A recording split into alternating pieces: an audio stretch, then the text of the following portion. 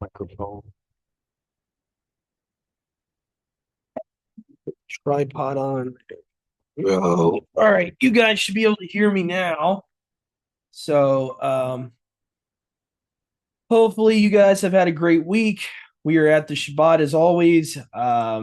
We're going to be continuing this Torah portion, so we're going to be starting off um at Genesis 6.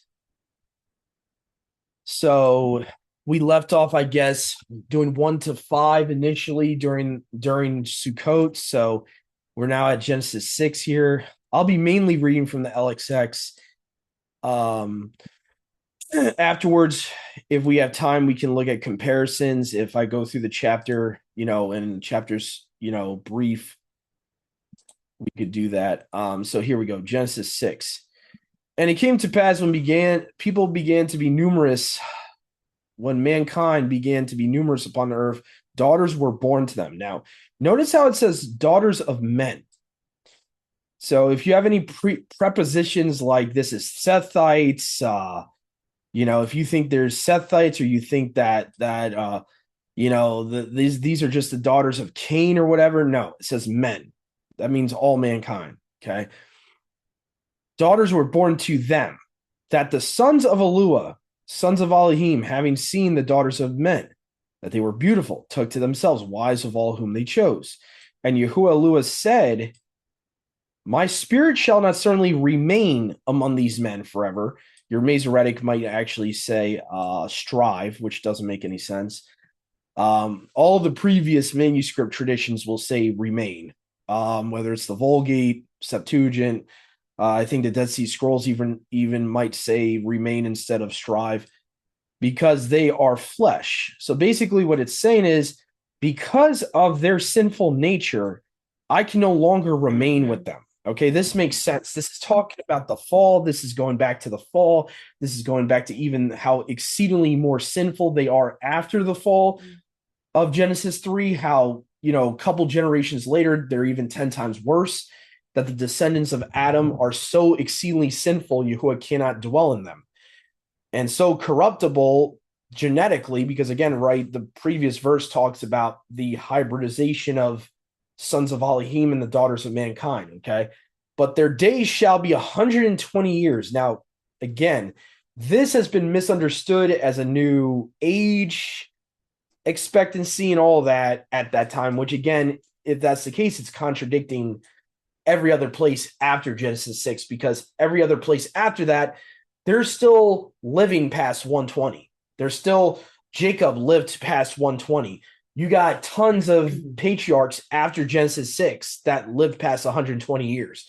So it's obviously not an age expectancy. My opinion, based on tradition of the Targums and just common sense, is that he's giving mankind 120 years to repent before the flood comes. That's what's really happening. Because he says right here, all it's saying here is that it says men's, meaning mankind's days, will be 120 years. He could just be talking about that generation, that they got about 120 years to repent, where they're gonna, they're gonna be in the flood because they're wicked. No. So again, verse 4 again, and again, I always joke around and talk about it. Kissing cousins does not make giants, okay? This is not talking about really tall men. This is talking about hybrid beings, monstrous beings, okay? Now, the giants were upon the earth in those days, and after that, when the sons of Elohim were wanting to go into the daughters of men, they bore children to them. Those were the giants of old, men of renown. Notice how there is no hint here in the LXX that they were forcing themselves on the women. It says that it was their will to go into the daughters of men. It doesn't say that they forced them. Then it says they bore children to them. Okay, that's kind of like marriage terminology there. Okay, these women bore children to them. Those were the giants of old, men of renown. And Yahuwah Elua, or Yahuwah Elohim, having seen that the wicked actions of men were multiplied upon the earth, that everyone was intently brooding over evil continually, Elua laid it to heart that he had made man upon the earth, and he pondered it deeply. Again, the Masoretic will say that he repented or relented, or he was sorry that he made man.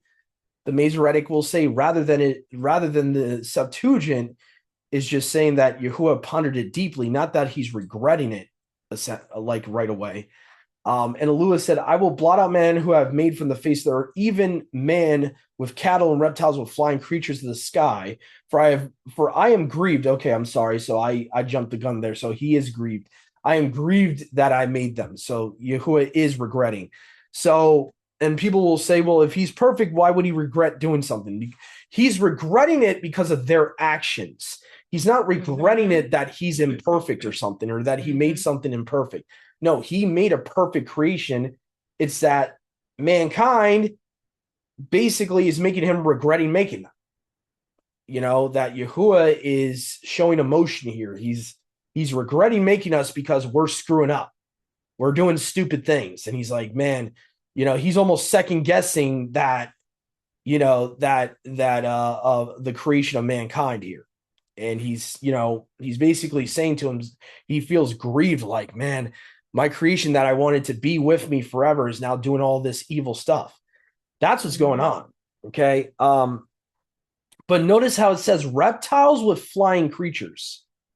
Now, I don't know if that is supposed to be hinting in some type of hybridization. I don't know. But it says reptiles with flying creatures. I find that weird. And then it says man with cattle.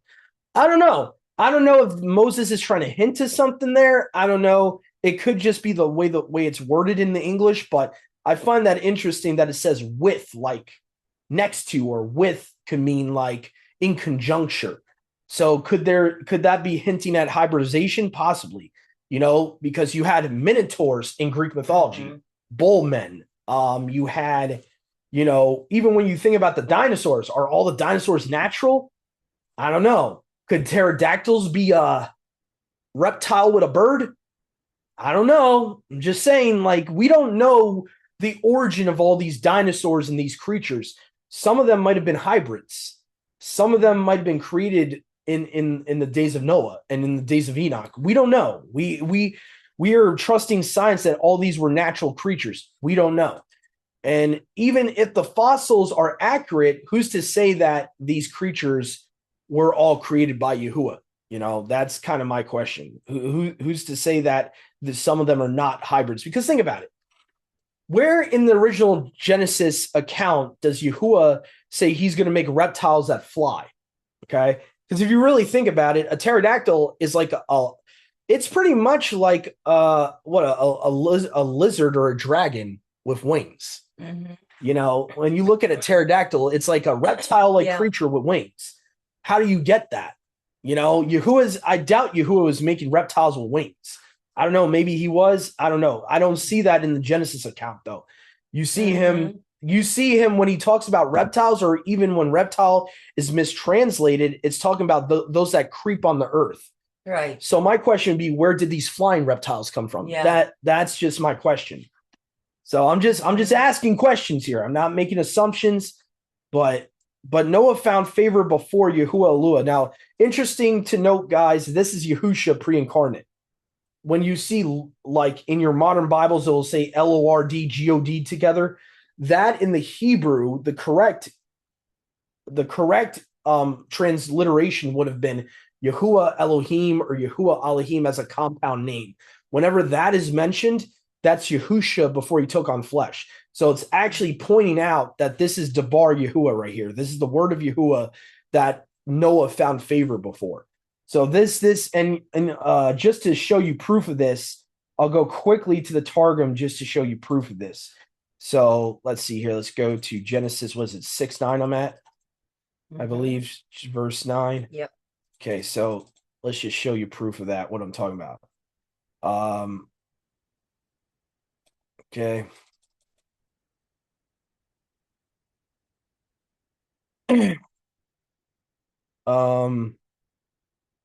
Here we go. Here, like even in verse 6, right? This is the Targum Onkelos right here, and it says it was relenting Yahuwah in his word that he had made men upon the earth. So already you have the word of Yahuwah mentioned in verse 6 in one of the Targums. So then you go to verse 7, he says, he said in his word that he would break their strength according to his pleasure. And Yahuwah, so this is talking about the sinners, obviously said, man whom I have made, will I blot out I from the face of the earth, from man to beast to reptile to the fowls of the heaven, because it relents me in my word that I have made them. So again, you have Yahusha being mentioned like 3 different times from verse 6 all the way to verse 8.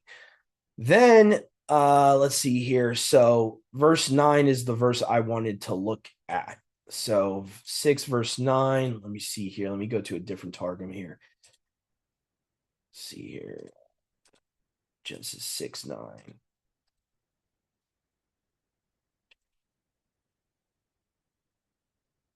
Come on, come on. Sometimes it's a little tricky with these little bars here. Okay. Genesis 5, 6, 9. Okay, so 6 verse 9.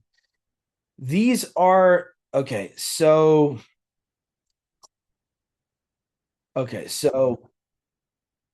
this one you can't really see it, but there are a lot of places in the Targums where it will say Yahuwah Elohim in the Masoretic or the Septuagint, and they paraphrase it as the word of Yahuwah. So this one I can't really prove, but there's many other verses that we've seen in a study that we've done called Yahuwah Elua equals the word of Yahuwah. So if you guys are curious, I can leave you the link for that. I couldn't prove it in that verse though. Okay, so verse 10. These are generations of Noah. Noah was a righteous man, being perfect in his generation. Hold on a second. So think about this. And a lot of people will say this is just, it just says he's righteous. Okay, so why would they have to say it twice then? Perfect in his generation is not about his righteousness. Okay. If you look at the Greek word, and I'll just show you guys very quickly. Let me see here. I might have to go into the e-sword here to show you guys it. But the Greek word for generation actually means genealogy. Okay. This is where Christianity gets it wrong. They'll have these Bibles, modern translations that will say he was righteous and he was perfect in his generation, meaning they'll think that means that the text is saying that he was righteous twice, which makes no sense. Yahuwah wouldn't need to restate that Noah was righteous if he was blameless already. Okay, so that makes no sense. So the modern Bible translators take the Hebrew word tamim, and automatically all the time they'll just translate it as perfect, but it's not talking about righteousness perfection, because no human is perfect. So when it says Noah was perfect in his genealogy, in his generation, it's actually talking about genealogy. Okay, in Genesis 6:9, it's very clear that's in the Greek. That's what it's talking about. It's talking about his family line. Okay, and the reason that's important is this is right before the flood. Okay, so why would he have to be perfect in his genealogy to be saved? Well, because all the other families were getting corrupted. That's why. And this is what the Christian church misses. They miss the fact that this is what it's talking about. So let me just pull that up on the shared screen. If I can get stupid eSword to work for me. I don't know what's going on with it right now, but it's giving me some issues. All right, let me pull up the word software, see if I can somehow get this to work. So we were at Genesis 6:9, guys. Shabbat Shalom, Sister Marissa, Brother Dennis. Shabbat Shalom, sis. No. So let's see here if I can get this to work here. Shabbat Shalom, guys. Shabbat Shalom, sis. Let's see. Why don't I have Thayers here? What the heck is going on? Do I have to download the Thayers? Okay. And where's the Strongs here? I don't see the Strongs down here either. Okay. So I might have to get that up later. Let me just see here if I can multitask and get that add titles. This is a similar program to eSword. Anyone that's just wondering, this is called the Word software. It's for PC. Very similar to eSword. It's like almost exactly the same thing. It just has different modules that you can't natively get from the eSword. It has like the Targum Unkelos that you can get for it, and a couple other modules that I use sometimes. So let me just see here. Group by type, show titles. Why is it not showing? Why is it still downloading, brother? It's like, Let me yeah. see. It shouldn't be. Maybe I have to change the shared screen again. Shouldn't. Oh, you know what's probably happening is I'm on the downloads page. I wonder if by copyright they can't show me scrolling through this stuff. Oh, Uh there it is. yeah, I'm trying to look for the Thayer's. There we go. Thayer's lexicon. This is what I'm going to need. Because this will help me look up that word for generation just to show people. So a lot of people misunderstand this. This gets tamim, the Hebrew word there in Genesis 6:9, gets translated as generation. People think that it's just talking about an age, or that he was perfect in his days, righteous wise. Even though it's true he was blameless, that's not what the word actually means in that context. It's talking about a specific type of perfection. Let me see here. So, and usually tamim is used for like sacrifices. You'll see the Hebrew word tamim being talked about when a lamb had to be sacrificed, it had to be spotless, without blemish, physically, physically without blemish. So that's what people don't realize, is that word can also be used to refer to the state of someone physically, that they don't have any corruption in them genetically, which is exactly what was going on at that point. You had historically, we know this for a fact, there was issues with the corruption of mankind at that point. Just see here, English interlinear. Where the heck is the ABP? Yeah, see, I don't know. I'm gonna have to fix that anyway. All right, I'll have to get that for you guys later on. I'll have to go to Bible Hub or something. And actually, hold on, I could probably do that right now. Actually, it's not that hard. I could probably do that. Let me do share full screen. Let's go to. Let's see here. I should be able to do this.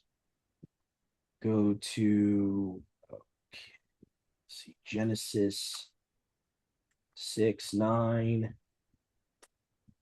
Bible Hub. And let's see. And I know they have a version of the Septuagint on here. So let me just see here. I think it's Henry Sweet. Oh, here we go. Apostolic Bible Polyglot Interlinear. That's what I want. Okay, here we go. So this is what I was trying to show before. Okay, so you go here. Okay. All right. So there will be days, 120 years, yada, yada, yada, yada, yada, yada.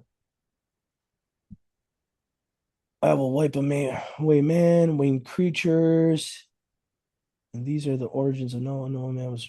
See, here we go. Being perfect in his generation. So you click on, I believe it would be this right here. Should show you. Okay, so that's the wrong Strong's number. I clicked on it. Okay, hold on a second. Let's see here. Genealogy. Okay, it's literally the prefix for genealogy in the Greek. Okay, so basically it's saying his genealogy was perfect. It was complete. It was whole. So he would have had no corruption from the chromosome of the Watchers, essentially. Okay. That's what the LXX is saying. It is not saying that he was only just righteous, because if he was only just righteous, then you got no reason to mention the messengers with the women practically 2 verses earlier. There's no reason to mention that then. There's no reason to point that out then if it's just about his righteousness. Okay. So when you really look in the context of this chapter, it's very clear what it's talking about. And just for people that want to say, oh, Doug, well, it says sons of Elohim, how do you know they're angels? I'll show you something from another program, a Bible program I have here. It's called Bible Discovery. I think you can get this for iPhone, by the way, Bible Discovery. I believe they have it in the iTunes store now. It's a very popular Bible app for beginners and stuff like that. So here I have the LXX 2012. It's basically updated Brenton's, right? So you do Genesis 6, 9. Okay. So we go here, and actually, that's not the verse I wanted to look at. I wanted to look at verse 2, I believe. Yeah. So right here, sons of Elohim. Click on the little footnote here. In the original Alexandrian manuscript, it says messengers of Elohim. So meaning the original Greek did not have sons. Okay. The original Greek had messengers of Elohim, or Angelos Theos. Okay. Meaning that these are angels. They're not humans. Okay. And this is, it's very clear in the Septuagint that that's what it was. Okay. The same word they use in the Septuagint, in your Brentons, you can track it from Greek to Hebrew, B'nai Elohim to Angelos Theos. It's in Job as well. Okay. So you go to Job 1:6. And it came to, and this time Brenton actually gets it right. He actually translates it as angels. Okay. So Brenton probably had his own bias. Mind you, he was a Lancelot Brenton. He was a Christian. Okay. So he probably had a bias about Genesis 6:2, why he didn't translate it as angel. And it came to pass on a day before the Angelos Theos came to stand before Yahuwah, and the devil came with them. So, and mind you, in Jewish tradition, they believe that Moses would have wrote Job before he wrote Genesis. So if you go by Jewish tradition, even the fact that he uses the same word in Job 1:6, then obviously it can't be referring to humans. Okay, so that's what a lot of people don't realize too, is that even in Jewish tradition, they ascribe the book of Job to Moses, and so he's not gonna have them as messengers in one text before he writes even the Torah, and then all of a sudden the definition would change in the Torah. So anyway, there's tons of historical facts you can find out for yourselves on that. We don't have time to go through all that today, but if you want to look up for yourself, when that interpretation changed, I believe it changed when Julius Africanus came around in the 2nd century AD. So basically, it was the universal understanding before Julius Africanus came around. So anyway, let me just see here. So we're at verse 10, I think, of Genesis 6. Okay.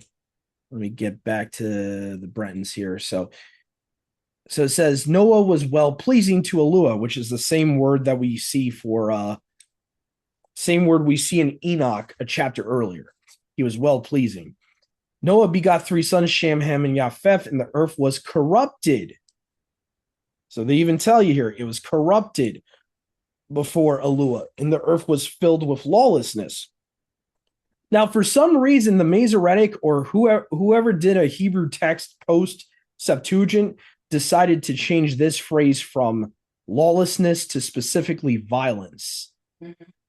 I don't know why, because there's much more than just brothers killing one another or whatever, or violence that's going on in the days of Noah. We know that for a fact. That there was way more than just, people killing one another. There was a lot more sins than just that. So to translate, to take something generic like lawlessness and then isolate it to just violence kind of misleads people. And there's a lot of people in the church that kind of spew that rhetoric of, oh, well, there was just violence. I'm like, yeah. And to quote Chuck Missler, if there was just violence going on, we might want to get a life jacket. Because there's probably just as much violence today as there was, in the days before the flood. So if violence is the only thing bringing the flood, then we got a problem. So anyway, and Yahuwah Elua saw the earth, and it was corrupted because all flesh had corrupted its way upon the earth. Now, obviously, this could be referring to sinful nature, but it probably goes deeper than just sinful nature. It's a genetic thing. Okay, all flesh had corrupted its way, meaning all flesh, meaning humans, animals, birds, fish. Okay, there was a lot of corruption. There was a lot of genetic corruption going on. You can see this even in the pagan religions. What do they worship, right? They worship hybrids, okay? That they actually esteem an abomination. That's why you see in scripture talked about Yahuwah hates what a man esteems, right? Mm-hmm. Like what men or mankind esteems, Yahuwah considers an abomination. And that does not limit also Greek mythology. Greek mythology is an abomination to Yahuwah. Why? You got minotaurs, bullmen, you got centaurs, horsemen, like literal horsemen, like half man, half horse, sirens, half woman, half fish. Even though that was actually a curse. So Yahuwah actually cursed the women that slept with the watchers with that. But the point is that these are things Yahuwah hates. Brother Doug, were they? I mean, I know I've heard about the sirens, but was it really man, half horse, half bull? Like, what were they? I mean, do they really have those things on the earth though? I believe so. I don't think Homer created this stuff. I think he took something that was already in Greek lore. They already had a Greek religion before the Odyssey came out. So they were already idolizing these hybrids and stuff. Yeah, I definitely think they were real. For Greek, when you actually go over to the Greek islands now, they'll actually get offended when you call it mythology. It's their history. They literally call it their history. So every ancient culture had this, by the way. It wasn't just the Greeks. The Hindus had it. The Aztecs had it. All of them had it. So for me, it's kind of far-fetched to say that it's not real. I know you're not saying that, but for someone to say to me it's just mythology, but then every culture had it. So you're going to say every ancient culture is wrong and you're right when you didn't live in those times, like when scientists try to say that it's all just fake and imaginary. So were you alive during those times? Did you live? When an atheist says that to me, that's what I usually say to them is, were you alive when that happened? Were you alive in the days when Atlantis was before the flood? Were you alive then? Because there's no way you could possibly know whether they're fake or not. But they can also ask you the same question. They can ask, were you alive then too? Yeah, I wasn't alive then, but cultures that were alive then have saved records and archaeology and the fact that they carved these creatures into their religions, the fact that they carved these creatures on walls and hieroglyphics.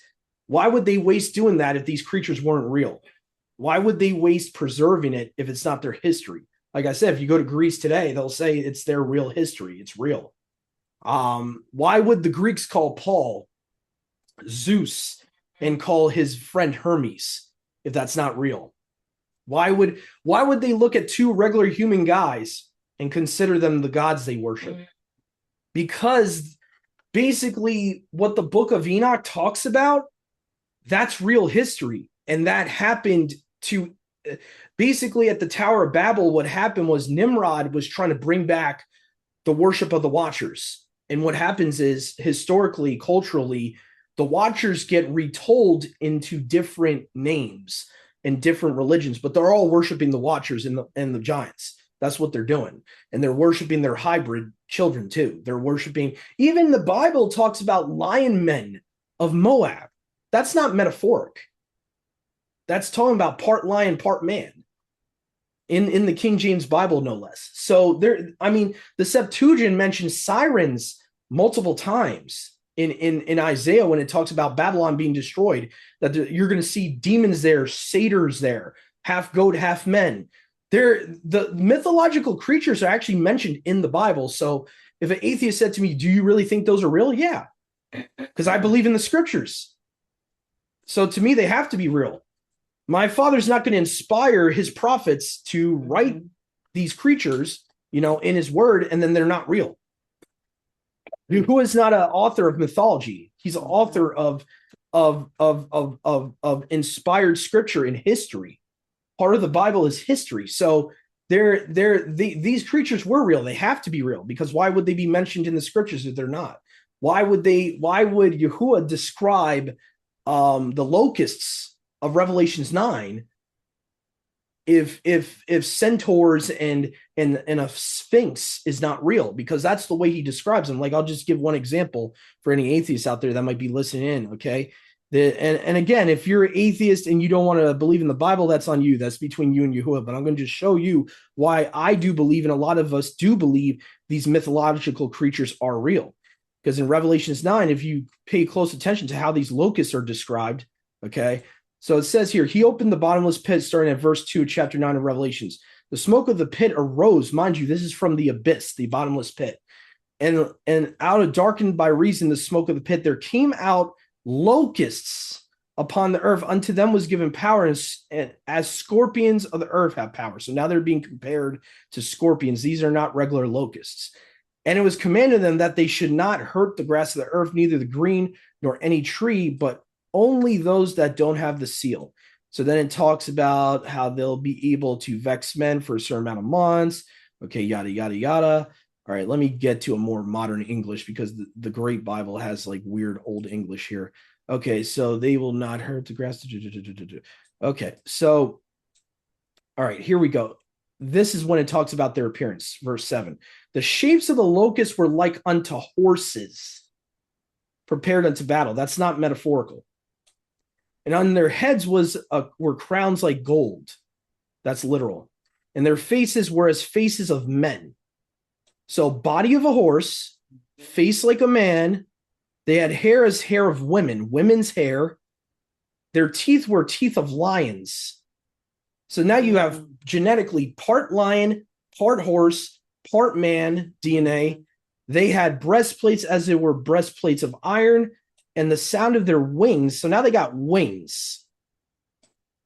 So think about this for a second, what that would look like visually, what the text is saying. You got a creature that has hair like women, face like a man, teeth like a lion, body like a horse, has wings. What does that really describe? That describes like a sphinx. Mm-hmm. That's very close to a sphinx. I'll show you what I'm talking about here. Like if you go to Google Images, right, and you go to sphinx, it almost is identical to how it's being described.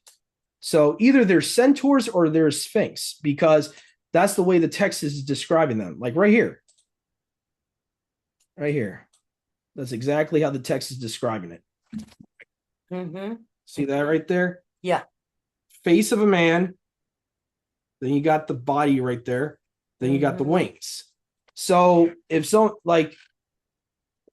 asking me, do I think mythology is real? Yeah, because it's in the scriptures, and the scriptures are real. So either, and I don't say this to be, harsh, but you either believe the whole Bible or you don't. Sure. So either we have faith that all of it is true, or there's no point of believing in the scriptures. Like there's this problem that we've been raised in the church to deny supernaturalism. We've been told to not accept anything supernatural. That's why people still today believe in the Sethite theory, because it's supernatural. Yeah. You can't reason with your human mind. No. And anything. And so basically we've been taught to interpret the Bible like the way the Freemasons would. The Freemasons, and we talked about this other day, the so-called founding fathers, they rejected the New Testament because it was supernatural. They rejected anything from the Bible that was supernatural because it could not conform to reason. It could not conform to the reason of the human mind. And that's the problem, is that a lot of the Bible won't conform to your fleshy reasonings. It won't. Right. That's just a fact. So, either we trust that the word is true or not. And it's very clear that these creatures existed.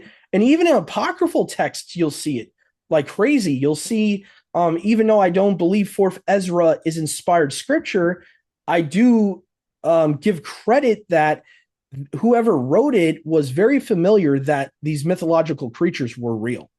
Because there's like a verse in 4th Ezra, I think it mentions like something about in those days, like when the days of Noah come back, in those days, women will give birth to monsters. Basically, it's referencing the Nephilim. That's what the giants were. They were monsters. They were titans, to give like, and before Sister Marissa came on, I was explaining that from verse 4 here. We're not talking about just tall men, okay? So like if you type in from Greek mythology, the Titans, right? Okay. This is what the pre-flood giants would have looked like because they were the original giants. Okay. Titans, Greek mythology. So Atlas, like remember I referenced this the other day, guys? Okay, that's Atlas. That's how they portrayed Atlas in Greek mythology. Very, very huge. Yep, go ahead, sis. It's not. We can't see the image that you're showing. Interesting. This share screen is always messing up. Right here. So this is just one of their titans here, Atlas. So you got this huge guy that is so big he can hold up the whole world. That's where we get the word world atlas from. And then you got tons of different titans. Kronos was a titan. That they kind of portrayed him as like a devil giant, like where he's like all fire, and all that. And I think that's where we get the red horned devil from, if I'm going to be honest. Kronos would be another one. Yeah, Percy Jackson right here. So in the Percy Jackson movie, they even portrayed him as like a huge Nephilim giant that almost looks like the traditional red horned devil. So the Kronos is supposed to be the god of time. That's where we get, chronology, the word chronology and all that, so in the Greeks, and this is, I'll even show you here. There's a quote from Josephus even in his time on the Titans. He actually admitted that the Greeks stylized the Nephilim of the Bible after the Titans. So basically, the Greeks copied the Bible.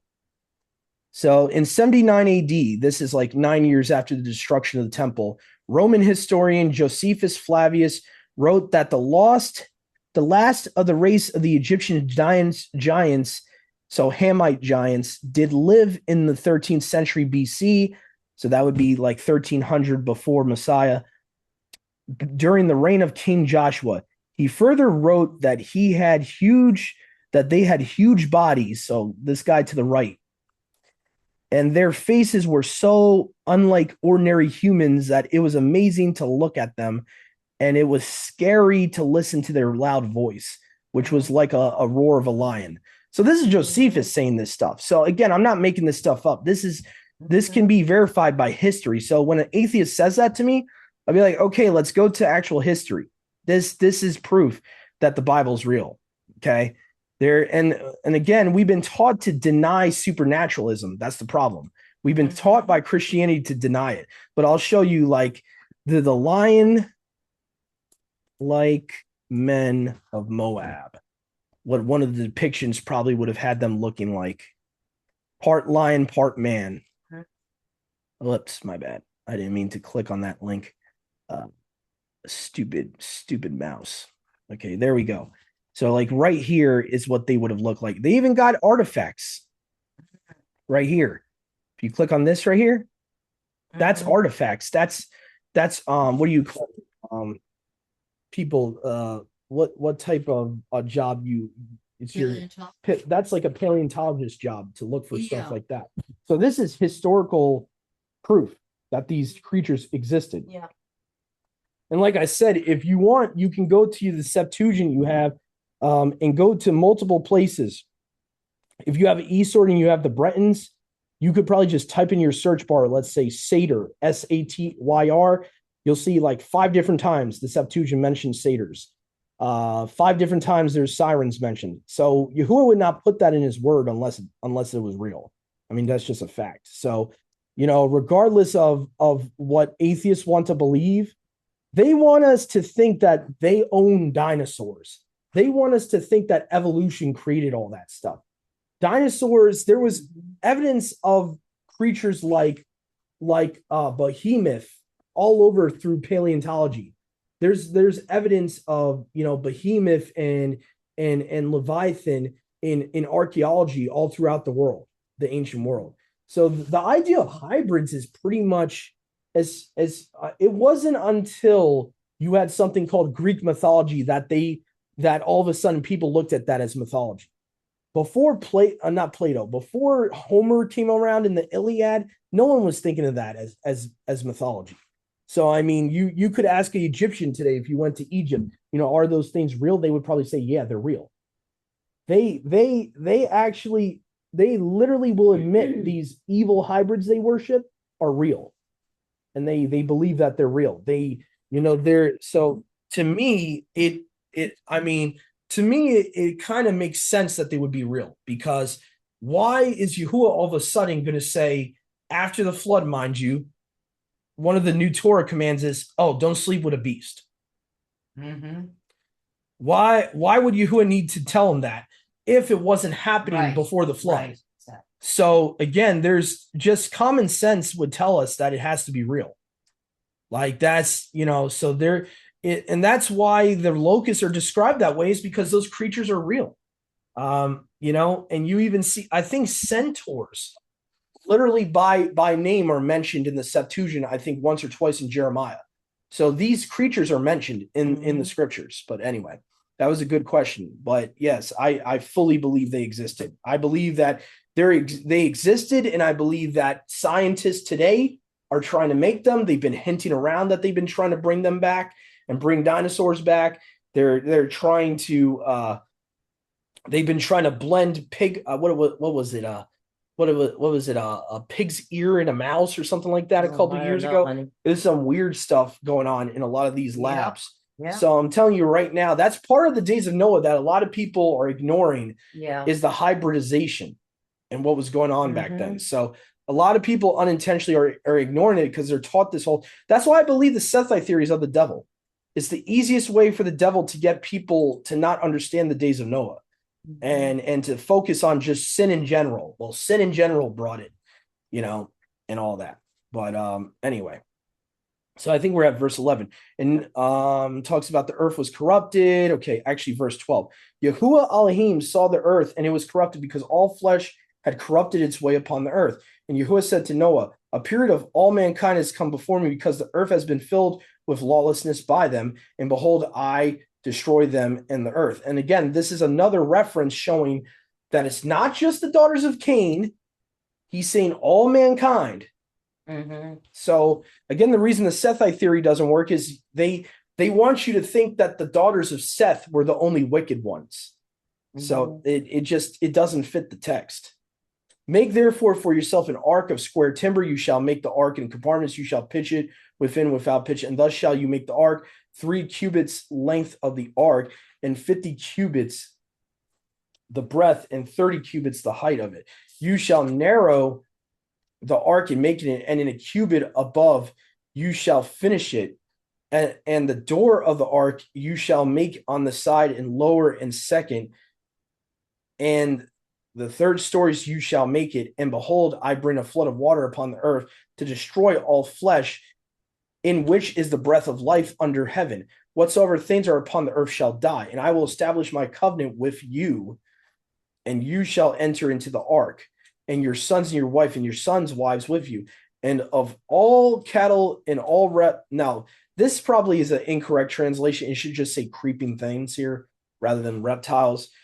Just because it doesn't make sense with the context. He's talking about more than just reptiles. He's talking about all creeping things like mice, everything.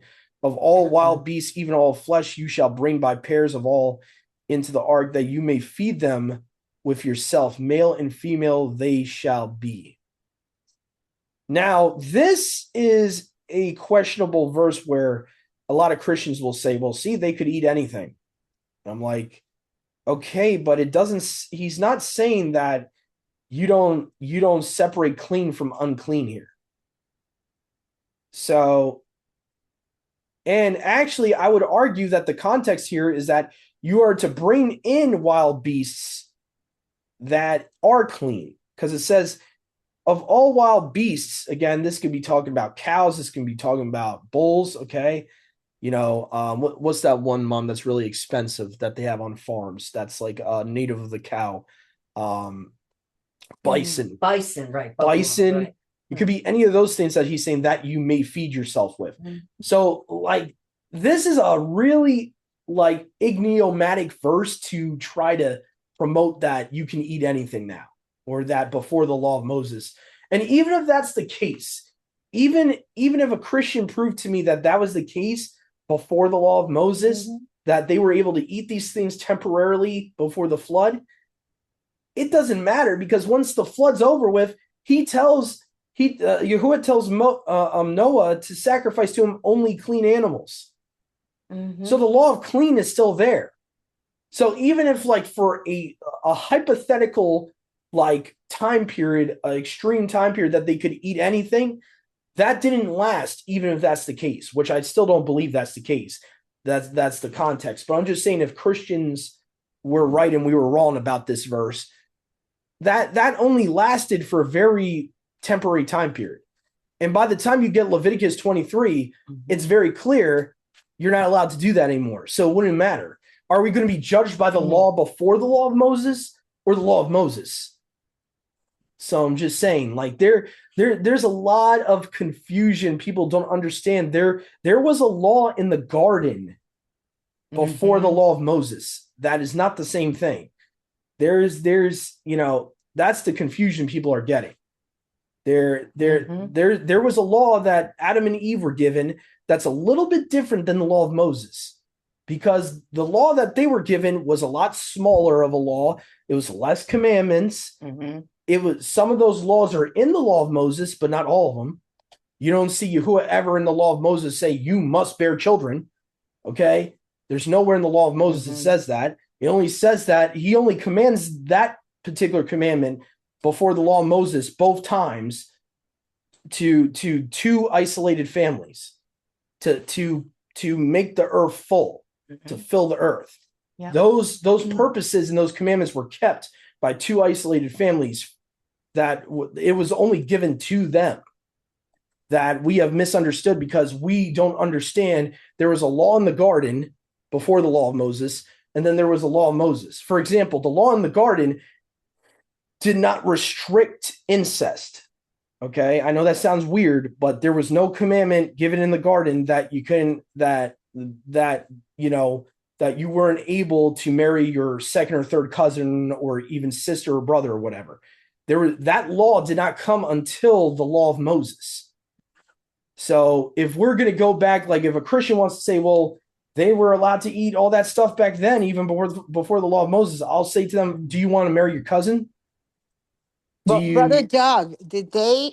Okay, so on that point that you're making regarding incest, that was only allowed because of the lack of population on the earth, right? Because you know how there are these people that are claiming that there were other people other than Adam and Eve that were on the earth. So that's because that hypothesis regarding, there were other people on the earth besides Adam and Eve that Yahuwah created. So there was no reason for incest. So can you elaborate on that a little?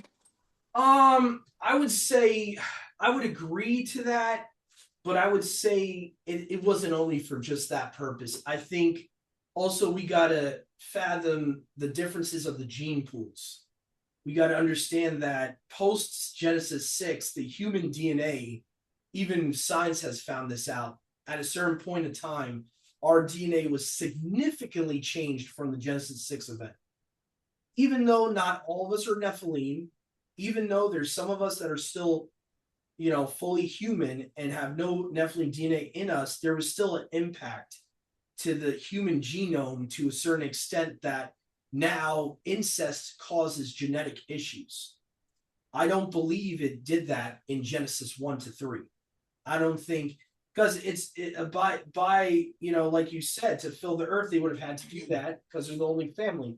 Not just that, but it also, there would be no repercussions in a genetic sense if Yahuwah made Adam and his family, the first humans, perfect, meaning their genetics were perfect, meaning that there was no tampering yet. Right. The Genesis 6 stuff didn't happen yet. So there would be no defects. There would be no children having deformed faces. there wouldn't be no. So I think there's multiple reasons why incest wasn't really outlawed until the law of Moses. Also, I think it has to do with the tampering of the genome.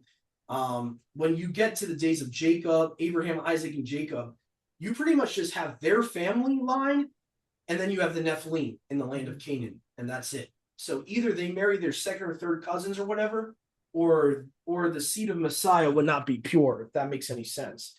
So there's really multiple purposes why it wasn't outlawed until Mount Sinai. So I think a lot of it has to do with the time period, the way our DNA is now. After the flood, I think Yahuwah already I think Yahuwah foresaw once the flood was happening. He was like, okay, I'm gonna have to outlaw this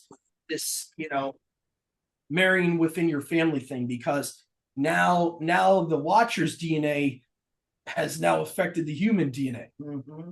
And now you can't really just marry your direct sister anymore. Even before the law of Moses, it was kind of changing, because you basically you married in your family, but it was never your immediate family anymore. It was like, Sarah was his second, third cousin, or whatever. It would have been like twice removed, third removed. It was never in like your direct house that you were intermarrying with. Which, But Doug, how do we explain the children of Caleb that killed his brother? I mean, how do we explain that? I mean, because it says that he left the garden. He was removed from the garden, and then he found a wife. Yeah. Who? I mean, Yeah. who was this? I mean, the Bible doesn't tell us anything about. Yeah. Um, Well, yeah. That's my. I guess my response would be that by the time he gets to the land of Nod, they would have already had other descendants already over there. We don't know how long it took him to get to the land of Nod, and we don't know he could have already had a sister at that point. That would be my argument, is that he already had a sister. They already had sisters. Even in oral tradition, I'm not calling these books scripture. I'm just saying even in Hebrew oral tradition and apocryphal tradition, supposedly Adam and Cain and Abel has sisters already. So they would have been there would have been already a sister for him. That maybe their family got so big that they had to expand out to the land of Nod. I don't know. That's the only way I could really answer that. That's kind of like an argument out of silence on both sides, because we really don't know. We don't know how that happened. Now, could that mean that there was co-Adamism? I don't know. I think that's still reaching a bit, that there was co-Adamism. There's still nowhere in the text that says that Yahuwah, right after that he created Adam and Kua, that he would have created other families simultaneously. I don't know. The co-Adamism, I think it takes too much presumption. That's why I can't fully get on board with the co-Adamism. Co-Adamism is a little different than pre-Adamism. Co-Adamism is the idea that, like we talked about before, like their argument is that Adam and Kua were not the first humans created on that day, and that they would have been created somewhere in Eden, and other families would have been created somewhere else. I understand why they create that theory. They think they need to fill in a gap, when, like you were like, for your question, how did Cain find a wife? So these co-Adamism people think that fixes that problem, but the reality is that we don't get anything in the text that that's the case.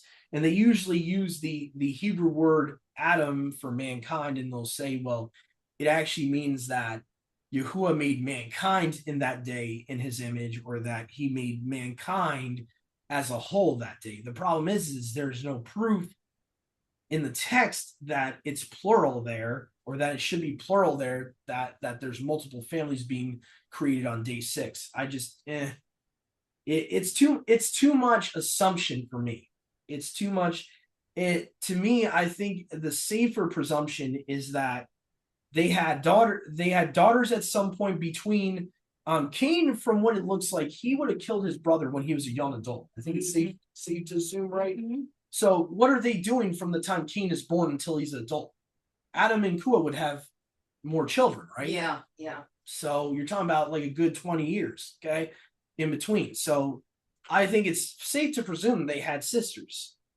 And for whatever reason, Cain would have found a sister of his in the land of Nod. I don't know how that would have worked, whether you would have had migration. Because, I mean, a garden's small. You think of it that way. A garden's very small, right?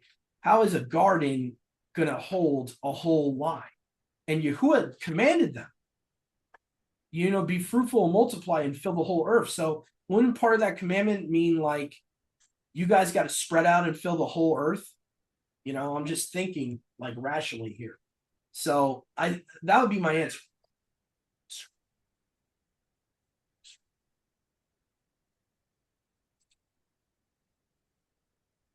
So hopefully that answers your question. That's what I think happened.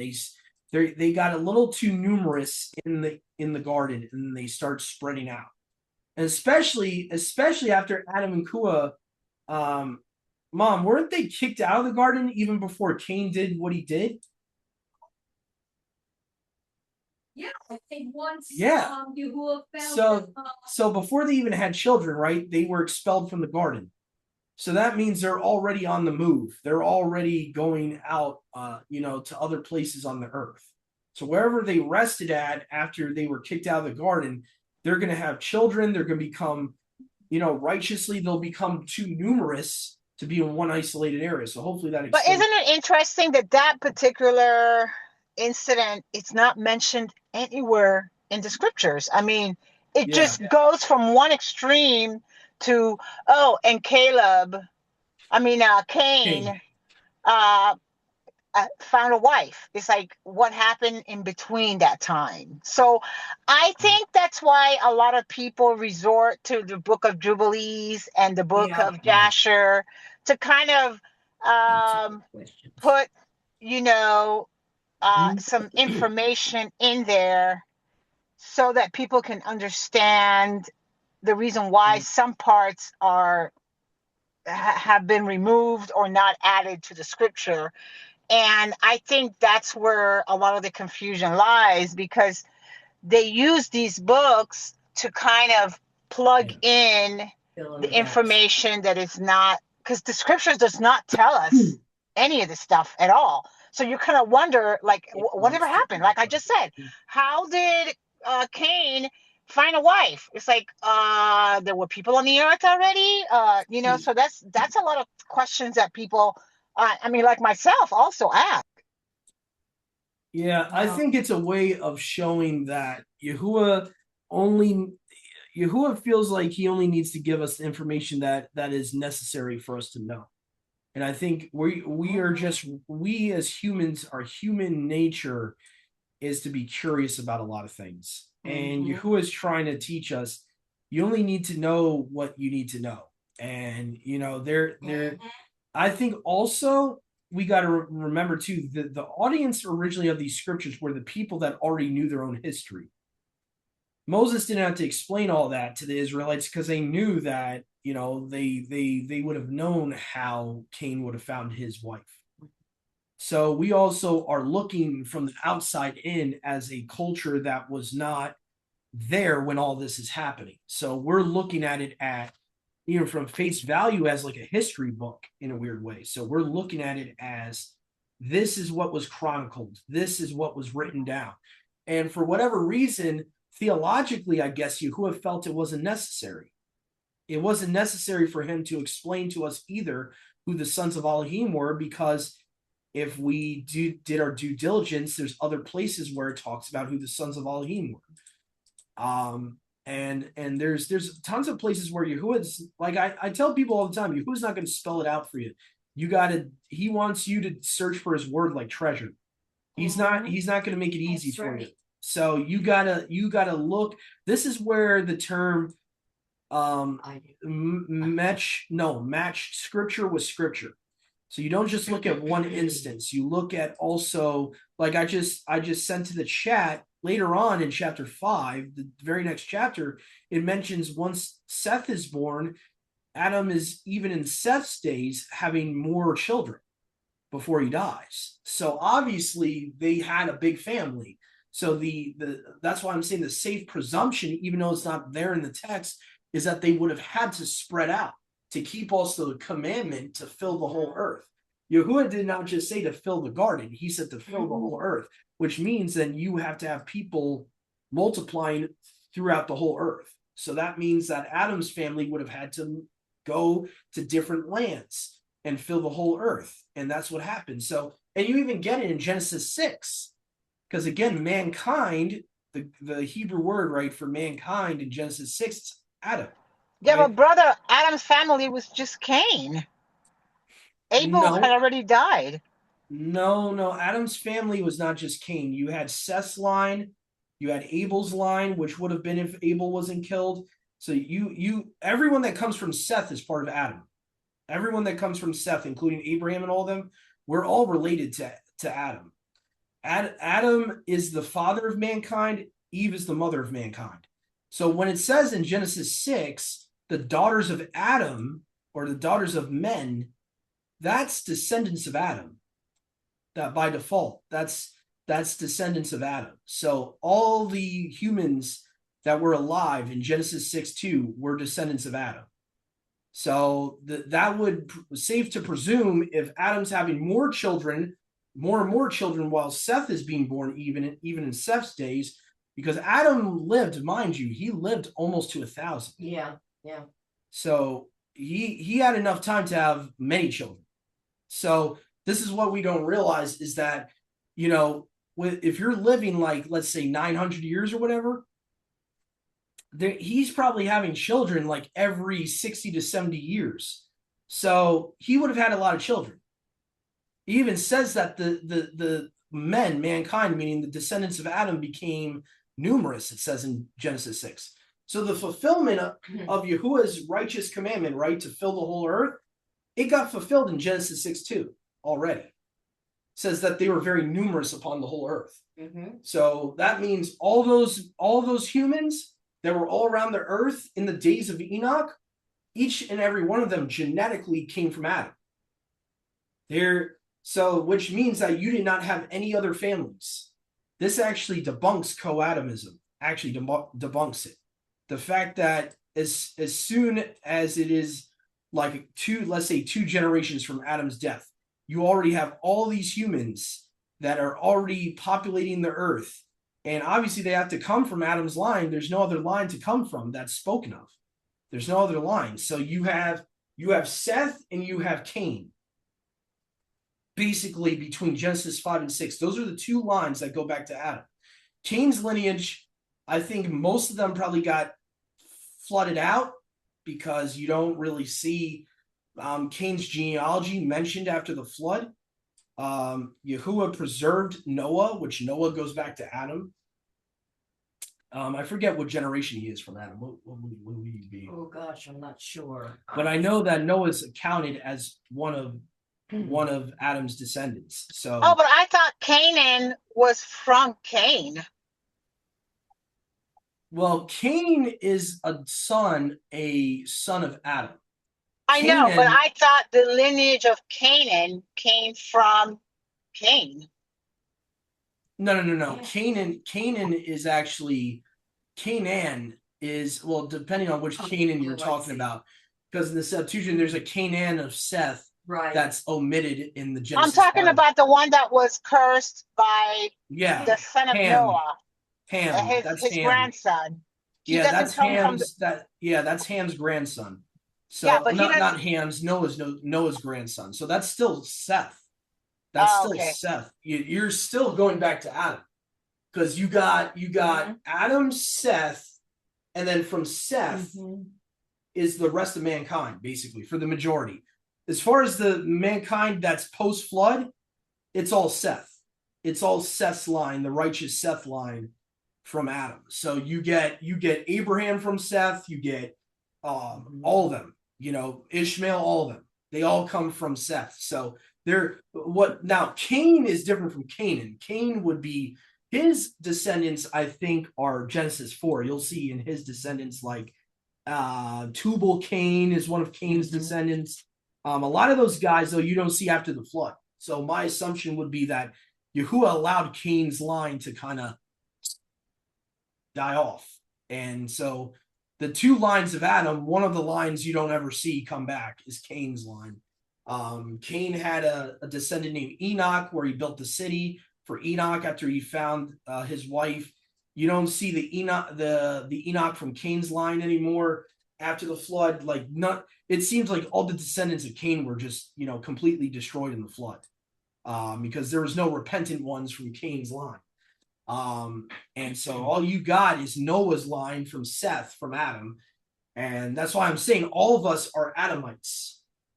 That's where we get the term Adamite from. We are all from Adam. As long as you're fully human, you're fully human. You're not like a Nephilim. You're from Adam. So all of us, no matter what our ethnicity is, we come from Adam. Adam was the father of mankind. He's our ancestor. So that's like to make it simplistic. You have Adam. He had two initial sons, Abel and Cain. Cain killed Abel, so Abel's line was stopped there unrighteously by Cain. And then Cain goes out, has his descendants, and then Cain and his descendants somehow get, I guess, wiped out by the flood. But you still have Seth from Adam's line. And Seth from Adam's line is where you get the Israelites and everyone else. Even the Gentiles technically come from that line, because even though they're not the same as the Israelites, the Gentiles come from Seth, because you have Seth, then Noah. Noah births three sons, Ham, Shem, and Japheth, which again are still in the line of Seth. Okay, so even the Hamites are technically still Sethian. Okay, Seth is like the progenitor of basically the descendants of Adam after Adam dies. So without Seth, you wouldn't have the human race, basically, because Adam dies, Seth begets sons and daughters, and Seth has children, his children beget sons and daughters, and it goes on and on and on. So basically everyone's from Seth. That's like a fully 100% human is from Seth's line, and that includes the Gentiles. And so Canaan is actually from Ham. Ham is his dad, Canaan. And then I think you get Ham, Cush. I'm trying to remember the exact order of it in Genesis 10. We're not even there yet. But if you go to Ham here in Genesis 10, you got sons of Ham, Cush, Mitzrayim, that's Egypt, Pud, Canaan, the sons of Cush, Saba, Havilah, Sabatha, Regama, Sabaka, the sons of Regama, Saba, and Dedan. So all of those are Hamites. Then you get Nimrod, who's also a Hamite. To be more specific, he's a Cushite. So Cush, aka Ethiopia, begot Nimrod. He began to be a giant on the earth, and yada yada yada. We know the rest about that. So, but all these guys are Sethites. They go back to Noah through Ham, and Noah is a descendant of Seth. So hopefully that clears up any confusion there. So anyway, so yeah, they're. Let me see here. So we are at what, verse 19 or 20? I think so, yeah. I will establish my covenant with you, and you shall enter the ark, and the sons of your wives and your wives' sons with you, and of all the cattle and reptiles. And again, I don't like how Brenton puts reptiles here. It should just say creeping things. And of all the beasts, even all flesh, you feed yourself with. Okay, so we were actually at 21. Okay. Of all winged birds after their kind, of all cattle after their kind, reptiles creeping on the earth after their kind, pairs of all shall come in you, male and female, to be fed with you. And you shall take to yourself of all kinds of food which you eat, you shall gather. Notice how it says in verse 22. That is to be eaten. That is to be eaten. So wait a minute. Yeah. If all creatures are food, why does it say is to be eaten? So again, there is a hint of a law of clean versus unclean here. Yeah. Okay. And it shall be for you and them to eat.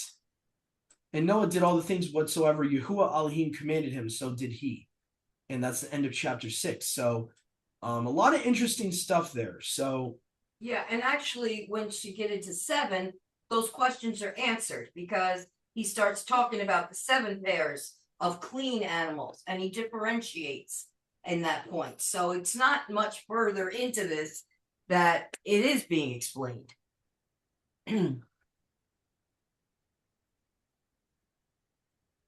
All right, so chapter 7. You want to read, Mom? Sure. Let's see here.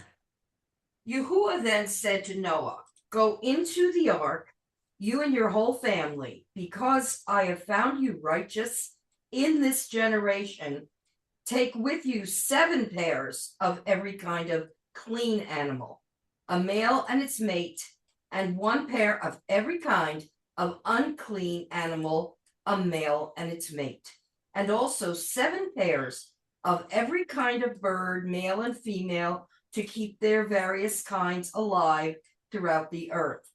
7 days from now, I will send rain on the earth for 40 days and 40 nights, and I will wipe out from the face of the earth every living creature I have made." And Noah did all that Yahuwah commanded him. Noah was 600 years old when the flood waters came on the earth. And Noah and his sons and his wife and his sons' wives entered the ark to escape the waters of the flood.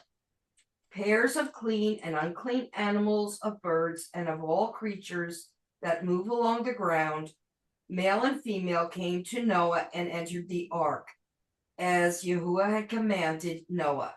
And after the 7 days, the flood waters came on the earth.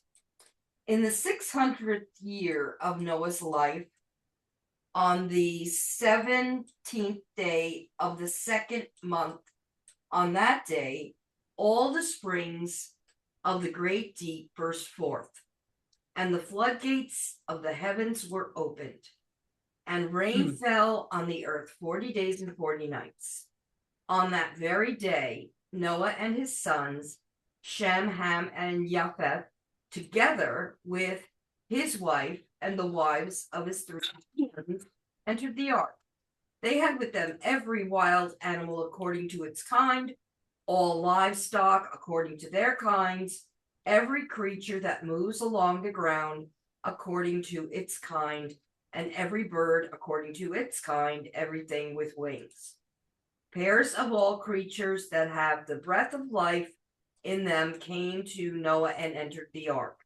The animals going in were male and female of every living thing, as Yahuwah had commanded Noah. Then Elohim shut him in. For 40 days the flood kept coming on the earth, and as the waters increased, they lifted the ark high above the earth. The waters rose and increased greatly on the earth, and the ark floated on the surface of the water. They rose greatly on the earth, and all the high mountains under the entire heavens were covered.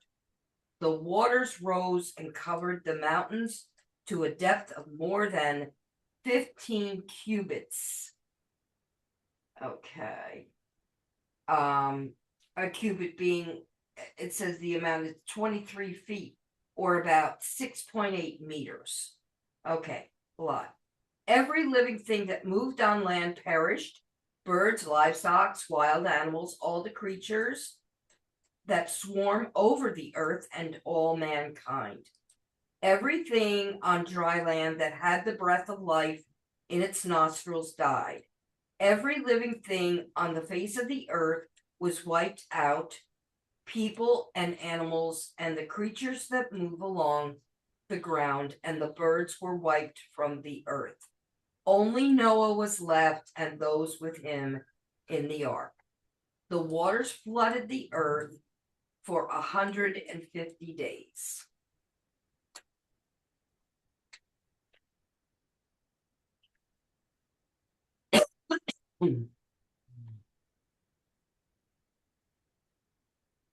See, this is something to pay attention to too. Like,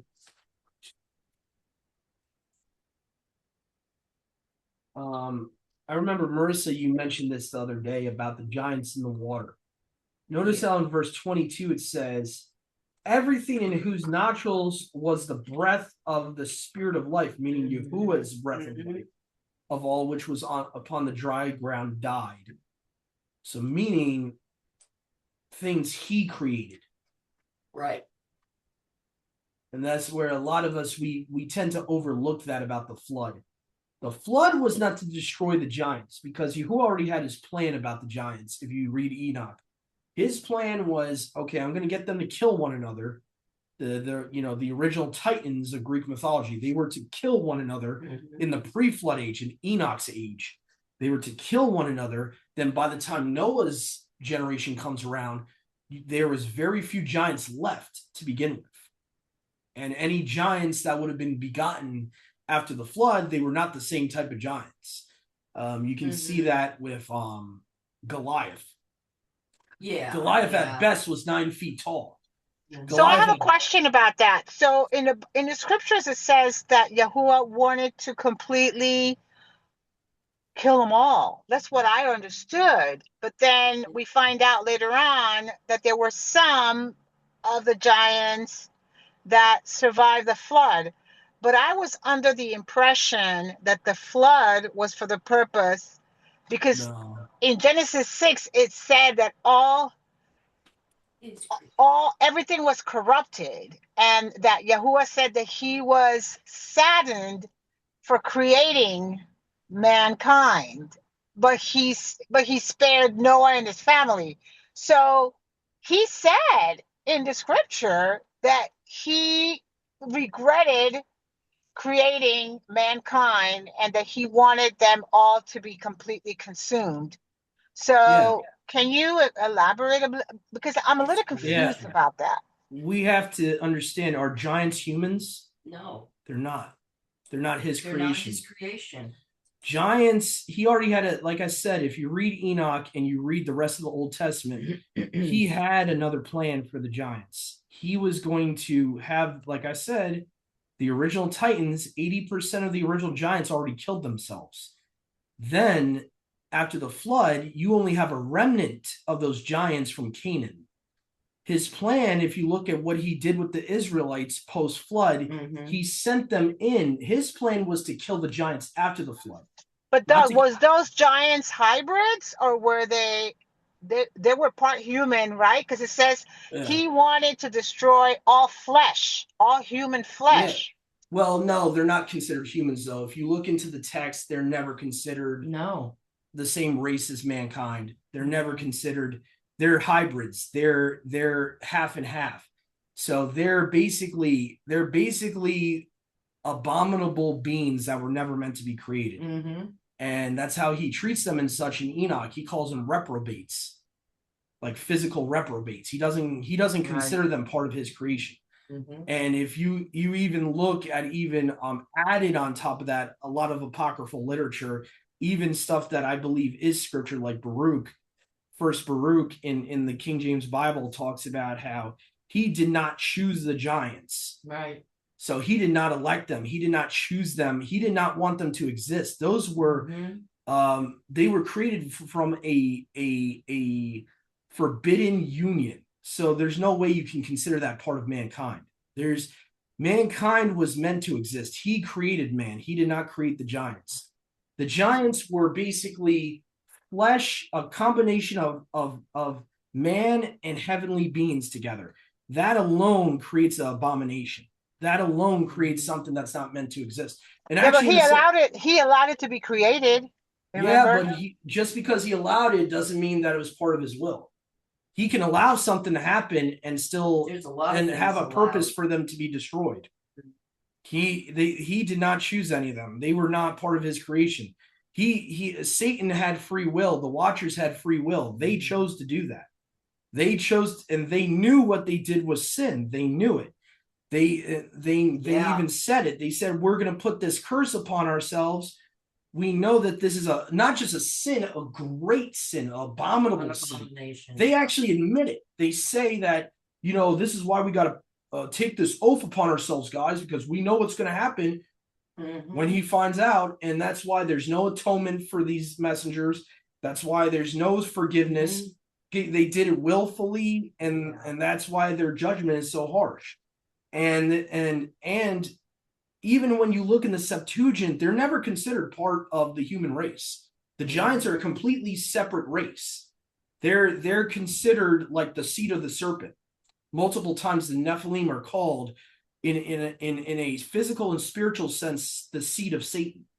They're not redeemable whatsoever. So Yahuwah, though, if you look at after the flood, he already has a plan for these post-flood giants. He knew that there was going to be giants that were going to be after the flood through Canaan's line. He already knew that was going to happen. So he already had a plan. He chose Israel to wipe them out. Basically, that was the whole purpose of going into Canaan. It was to wipe them out, take the land that Yahuwah gave to promise to Abraham. Way before the Canaanite giants were in that land, he promised it to Abraham to be his land.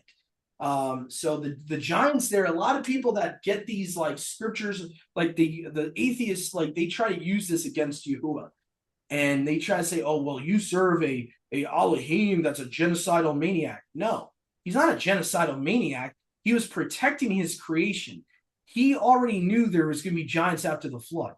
He knew that they were going to have to be exterminated. So he planned ahead of time for Caleb and all of them. Caleb, who's the other guy? Joshua's son of Nun, and all of them, to wipe the rest of them out.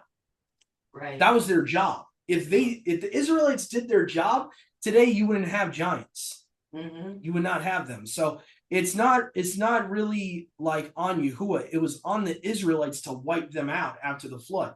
And so Yahuwah, though, he was using strategy, basic war strategy, you could look at it as. He was like, okay, let me eliminate the big problem is these titans. I'm going to have them kill one another. And I'm going to make the watchers, that's part of their punishment. They had to watch it happen. They had to watch their own children kill one another. And some people will say, oh, that's mean, that's evil. Well, then they shouldn't have been sinning against Yahuwah then. That's right. And it's that simple. They deserve to watch their abominable children die because those were not creations by Yahuwah. He did not intend for them to ever exist.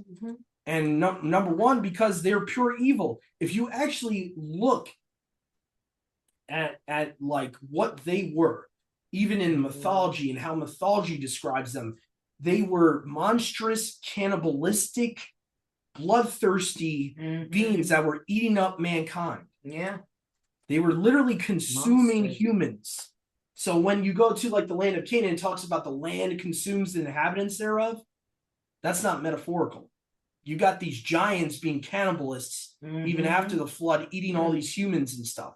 So these were demonic, vampiristic, bloodthirsty, hybrid, monstrous, abominable beings that Yahuwah was trying to wipe out after the flood. So when you look at it in that perspective, Yahuwah is not mean. He's not evil. He's righteous. He's trying to protect humans. But the short answer would be no, they're not considered part of humankind. They're not considered part of mankind. Even the Septuagint uses a different Greek word for them. It calls them the earthborn, meaning that they're of this fallen earth. Right. They're not of the original creation. They're of a fallen nature. So it's impossible for them to be of the line of mankind. Another problem is if people think they're of the line of mankind, then you're not directly, but you're almost calling Yahuwah a liar about Genesis 3:15. Because Yahuwah says that the purpose of the Messiah was to be the savior of the seed of man. If the giants are of the seed of man, then you're saying Yahushua doesn't have power to save something that's of the seed of man. But if the giants are of the seed of the serpent genetically, then it makes sense why they can't be redeemable. Because they're even genetically, they're not redeemable. They're of a forbidden union. They're of something that is not of Yahuwah. So that's what I try to explain to you, because there's a lot of weird teachings out there like, oh, the giants can be redeemed. No, they can't. No, they can't. Yahuwah sent a savior to save his creation. He did not send a savior to save, creation by fallen angels, essentially. That's what the giants are. And that's what demons are too. We know demons are not redeemable. They're basically the spirit of the giants. So obviously, we would no way we would think to say that demon, the same spirit as a demon, is like the breath of life that Yahuwah gives us. So obviously they're not the same, even on a genetic sense. They're not the same type of being. They're a abominable hybrid. They're not mankind. So the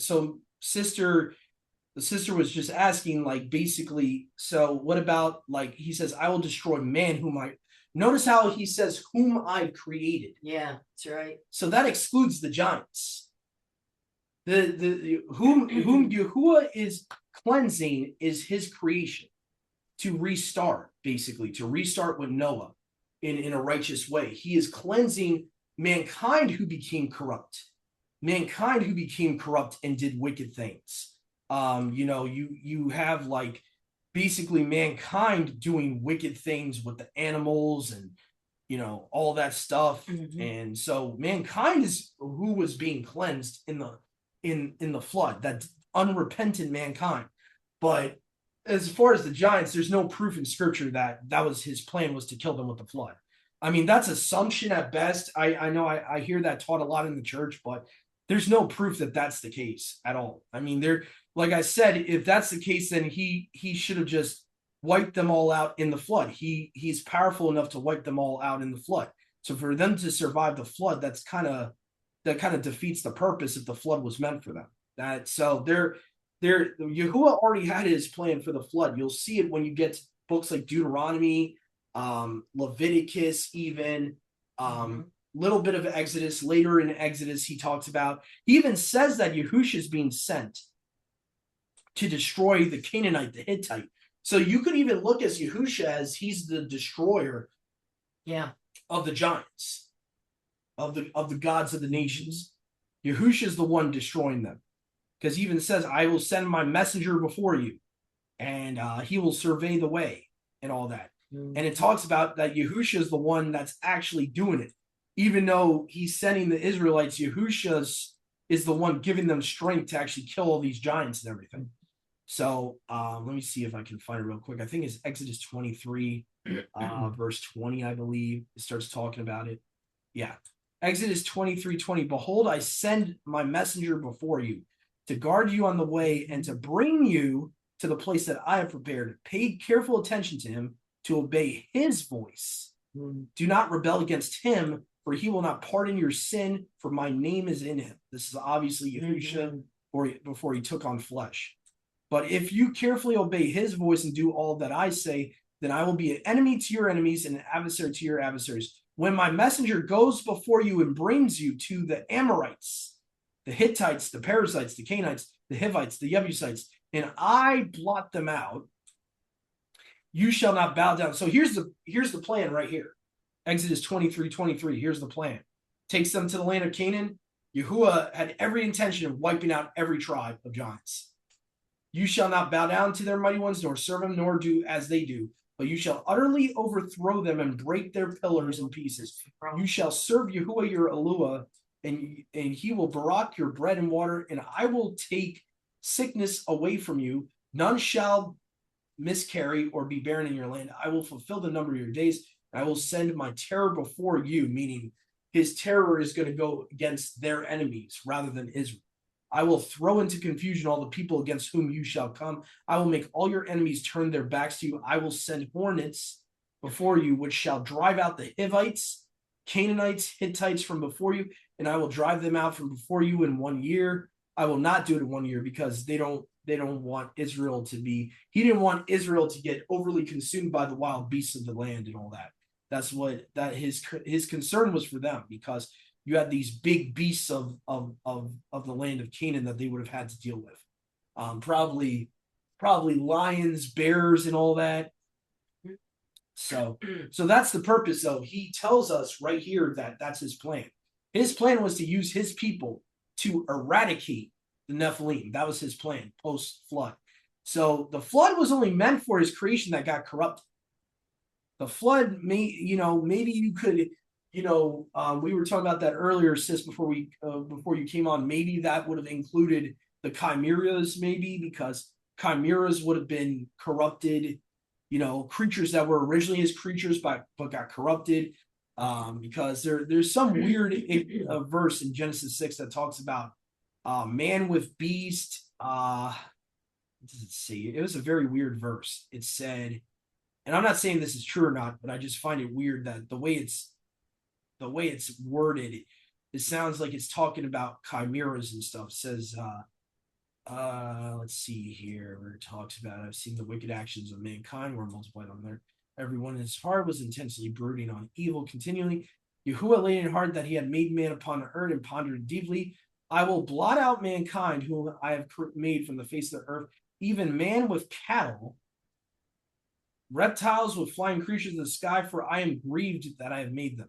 Now, Mom, what did I say? That it's weird that it says man with cattle and it says reptile with flying creatures in the sky. And I was just wondering if chimeras would be part of that corruption. Because man with cattle, man with bulls, birds with reptiles, pterodactyls. I don't know. It could be there could be something to that those possibly, not the giants, but those chimeras possibly were part of what the flood also destroyed, because I don't think you see really a lot of those type of creatures after the flood. If there is any minotaurs listed in scripture, it's very few after the flood. So I wonder if the chimeras, not the giants, but the chimeras were also killed with the flood, because it's weird. I mean, the only other interpretation I could take with that statement is that he's just saying in general he's going to destroy mankind with the beasts of the field and birds with reptiles, like collectively all those creations that Yahuwah created. So some type of corruption had to have been going on, that they're getting wiped out, that the birds of the sky are getting wiped out, the reptiles or the creeping creatures of the land are getting wiped out, the wild beasts of the field are getting wiped out along with mankind. So, but yeah, the text of itself only says that he's wiping out like things that got corrupted of his creation. So that's the major point, is that's Yahuwah only promised that the flood would take out the corruption of his creation. He leaves out what the Nephilim are. So that is completely separate, and that's probably why you see in Job it talks about are the giants born in the water, and stuff like that. So they're but anyway, Yahuwah did plan to initially get rid of them, though, eventually. But his plan was supposed to be, later on. Probably Yahuwah wanted it so that the Canaanites would already be born, so that he knew there were going to be later giants, and he would want to wipe them out as soon as these later giants are there, rather than trying to kill the giants in the pre-flood alone, but then you still get giants from Canaan. Because technically he could kill the giants, with the flood, and you would still have giants, coming from Canaan and Ham. You had Egyptian giants, you had Philistines, you had this and you had that. Regardless, that would have happened either way, even if you want to make the argument that the flood was for the giants. Even if there's giants being killed in the flood, you still have giants from Canaan's lineage, happening genetically. So you still have to, there would still be a problem of giants post-flood, is what I'm trying to say, regardless. So that Yahuwah probably already knew that, and he was like, all right, I want to kill them all in one swoop. I want my people to go in there and kill them all at once. So then, it's handled. And unfortunately, Israel did not do their job. It was their fault. Yeah. All they had to do was wipe them all out. And that's where, this is the context where atheists say, oh, well, he said to kill the women and children, and that's evil, and that's mean. Yeah, but what type of women? What type of children? That's the question. What type of cattle? Okay, you have to understand most of these tribes were Nephilim tribes that he's commanding them to kill. Okay, so people want to turn Yahuwah into some kind of bad guy. with those references because they don't understand Genesis 6. Most atheists will not understand Genesis 6, and they'll go to Deuteronomy and say, "Oh, well, how do you answer this?" And without understanding the pre-flood world and what those tribes actually were, you're losing the context. So anyway, Mom, you finished chapter 7, right? Mm-hmm. Was there anything you saw in here like that stood out? I know this is mainly just talking about the flood. And it differentiates. It talks about clean food versus, clean animals versus unclean.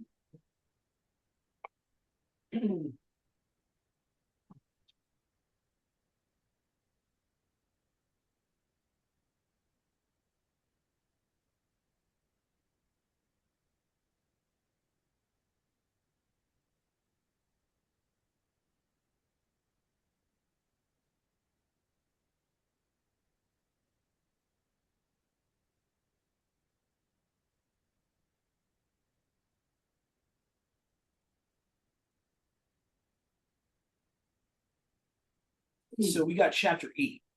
I think 8 probably will be the last chapter of the day. I'm not too sure if we'll get to 4. Not 4, get to 9. So Bereshit 8. Now this is going to talk about right after the flood and all that. This is going to get into what happens to the ark. And oh, you know what? I did want to talk about, man, I almost forgot. Okay. Now your mom said it said yours in verse 11 said the 17th day, right? Yes, did. Mm-hmm. The Septuagint says 27th. So you already have a difference in timing already. And I looked this up earlier in the week. There's a difference in timing because of Genesis 5 and because of the Genesis 5 genealogies, where the Masoretic takes 100 years off of every descendant for the Shem thing. And then you also have this here where they're minusing 10 days about the ark. So for whatever reason, they want to change the timing. And I looked this up the other day because I wanted to see how far we've been so far from the flood. And what's interesting is that it's already been a couple thousand years. I think they had it pinned at 3298 BC. So I was curious to see what 3298 BC would be minus what is it, 2026 we're about to be in? So, Mm-hmm. 3298 BC minus 2026 AD. So that's what we're in right now. So I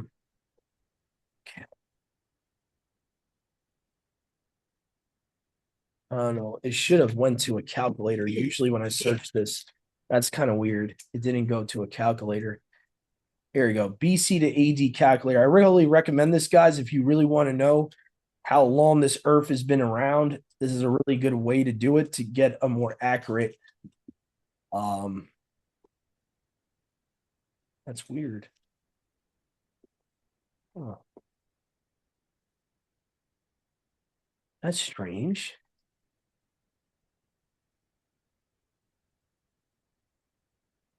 Huh. Let me try something. I'm gonna go and try a different browser because it shouldn't do that.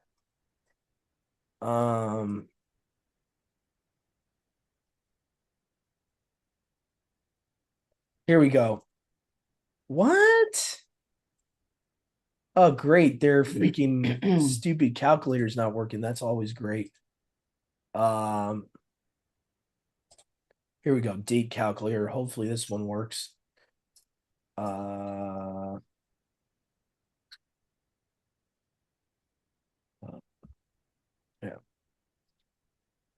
Trying to think here.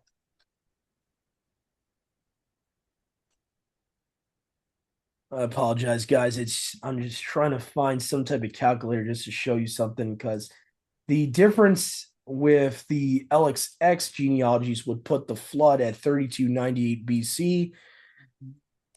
And then if you minus it from the year that we have today,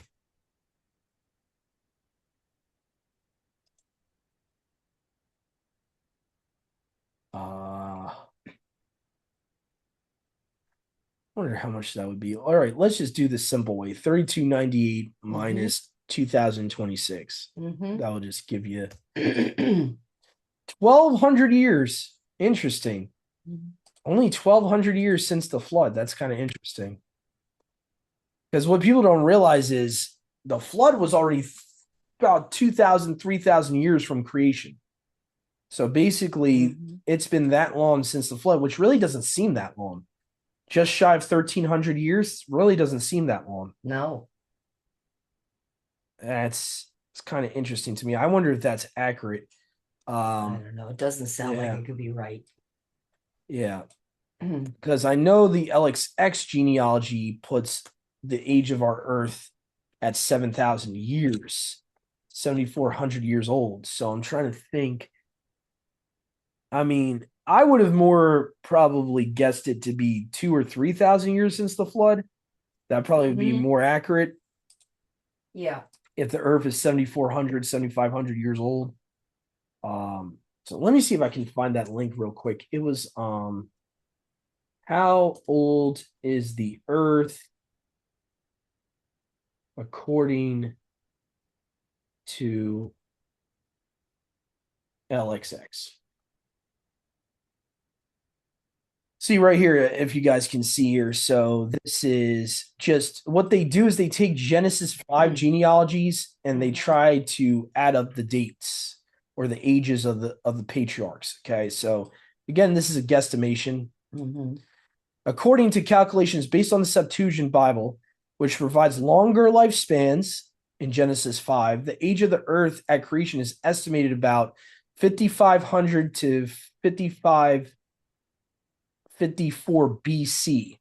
So meaning 5,500 BC, 5,000 years before Messiah, making it roughly 7,500 to 7,550 years. So 7,550 years old from today. Okay. So that means we've passed the 6,000 mark, like they said? Yeah, because the only reason we think it's 6,000 years is because the Masoretic text in Genesis 5 deleted 100 years off of every person. So, like, if you put it back the way the genealogies are in the Septuagint, you get almost like 2,000, like 1,500 to 2,000 extra years that they eliminate, because they're trying to make Shem look like he lived long enough to meet Abraham. So the rabbis of the Masoretic day would want to change the dates so that it looks like that he was Melchizedek, that Shem was Melchizedek meeting Abraham. And so that's really what happened. So we base 6,000 years only off Genesis 11 and Genesis 5. That's what we're basing the 6,000 years off of. So if you have those extra 100 years on each person like it was initially in the Septuagint, you don't get 6,000 years. We've been past the 6,000 years for a while now. The only reason we thought it was 6,000 years and why it's been taught in church is because they're using the King James Bible. They're using a Masoretic text Bible. They're not using a Septuagint. Because the Septuagint it says right here, the LXX adds roughly 1,300 years from the time between Adam and Abraham compared to the Masoretic text, adding to some sources. And I remember looking this up there, and this is a great resource. This shows way more evidence to the LXX rendering of Genesis 5 and 11 than the Masoretic. There's actually multiple sources, Josephus, tons of historians before the Masoretic text ever existed, proving that the LXX has the right genealogies. So right here it talks about on the page at the top left here, this was written in Alexandria close to 300 years before Messiah. Okay, that's when the Septuagint would have originally been written. Okay, 282 BC. Okay, here's all the lists here. Okay, a lot of witnesses to the Septuagint. Demetrius, the chronographer, 225 BC, he gave a second witness to the Septuagint that the age of our earth, basically Genesis 1 would have taken place in 5,500 BC. 170 BC, Book of Jubilees gives a second witness. So you already got two witnesses right there that it's the right age of the earth. Or no, Jubilees actually contradicts it. So the Jubilees seems to be, well, that kind of makes sense. Jubilees would side with the Masoretic because they're a rabbinical book.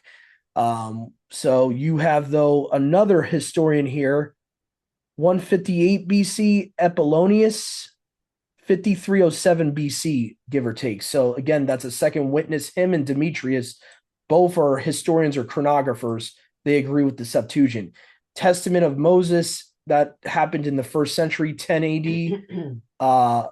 It seems to follow the Book of Jubilees. Again, that's very late, though. That's 1st century AD that book would have been written. So they're already changing the dates at that point. 30 AD, Philo of Alexandria, another historian, third historian here, 5,500 BC, he uses a Hebrew text, which is interesting because that means the Hebrew text that Philo would have had of Alexandria would have matched the Septuagint rendering. So that possibly Philo from 30 AD, he might have had the original Hebrew scriptures. Okay, and then you have Pseudo-Philo from 60 AD, has a similar dating to the age of the earth. So literally, you got 4 witnesses already through these guys. Then you got Josephus, another witness. Fourth Ezra, which again, I don't consider scripture. I'm just looking at purely from a historical context of how it ages the earth. Okay, like even 4th Ezra, which is a pseudepigraphal book written in 90 AD, agrees with the Septuagint, puts it at 5464 BC as the age of creation. Okay. Well, there's like tons of witnesses here. There's tons of witnesses. So this is where we get the false idea that the earth is the earth being 6,000 years old, you can only calculate if you trust the Masoretic text. It's the only way. So if you look at there's right here is the Septuagint chronology of the births and deaths of all the patriarchs right here. So you can see this is a great resource to show people why I don't trust the 6,000 year belief system. I just don't trust it because the Masoretic text is the only source you're really going to get that's going to say that. If I'm not mistaken, the Samaritan Torah as well agrees with the Septuagint about the age of the patriarchs, has an extra 100 years for each patriarch. So again, the only way to get the idea that we're exactly at day 6 prophetically right now would be to trust the Masoretic text is the only way. And this, it shows the differences right here, corrupt Masoretic text chronology. It has it right here. Okay, so this is www.bible.ca manuscript chronology.com. So you can go here and you'll see the differences. They show you the data here. They give you proof. So and again, there's multiple witnesses to this. This person has researched into all the manuscripts of scripture. The only thing I disagree with him is very minor. He believes that Ezra's Torah would have been corrupt. I don't think Ezra even wrote his own Torah. So the whole Ezra text assumption in 458 BC, I don't think there was a new version at that point. That's just a minor thing. I disagree with this researcher honestly, I would have loved the Samaritan to be dated this old. I seriously doubt the Samaritan Pentateuch was from 600 BC. If I could find evidence for that, great, because it's a proof of a later Paleo-Hebrew language, the Samaritan language. So that would be great if I could find it, but I can't really preach or teach that it was that much older than the Septuagint.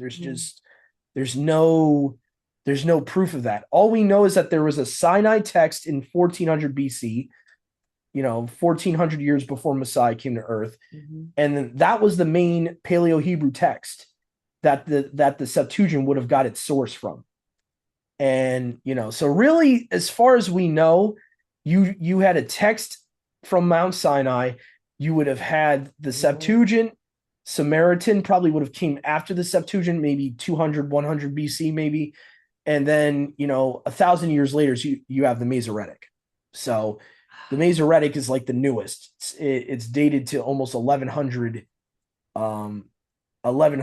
The reason it says 160 AD here is a lot of confusion with that is that the source for the Masoretic was from 160 AD. So their source, not when it was written, their source would have been from 160 AD. I listened to a lot of guys on this. Michael Heiser. If anyone's interested, I could share you some links about Michael Heiser and his research he's done into the history of the manuscripts. He shows that the Masoretic did not use the original Hebrew. They did not use the Sinai text of 1400 BC.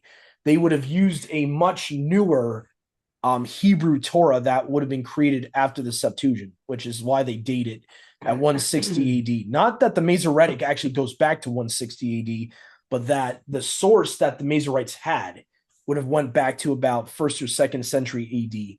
So that's still pretty late, even if that's the case. That's still, a couple hundred years after the Septuagint. So that you're still working with a revised, newer stream of the Hebrew manuscript, which differed from the original. They themselves, the Masoretes themselves, admitted that. They did not have the original Hebrew scriptures.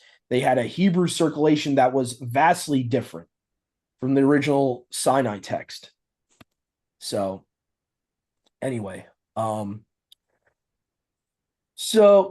this is a really great resource, and this is why I believe I side with the Septuagint version of Genesis 5 and Genesis 11 of the patriarchs, and that if we're basing the age of the earth on the patriarchs, and they admit that's what they've done, those that trust in the King James, in the Masoretic texts that say the earth is 6,000 years old, they're just looking at the patriarchs' ages. So if that's the case, then I believe that we're off by about 1,400 years if we trust the Masoretic text. So to me, it makes sense because it would put the flood. I forget. I have to go back to the video that guy did. But it would put the flood way off if we trust in the Masoretic. It would put a lot of these historical events way off if the Masoretic text is to be trusted as legitimate. As far as the ages are concerned of the patriarchs, it would put the historical events off by a bit. So this is a really good resource though. There's a lot of those that, oh wow, Justin Martyr said this in 150 AD. Justin Martyr, Yahudim corrupt their own Greek synagogue Tanakh. So you have Justin Martyr, by the way, was a Circe church father. He was alive roughly. Let's see, if Yahusha ascended in 33 AD, he would have been what was this 150 AD? That would have been about that would be like 120 years later after Messiah ascended.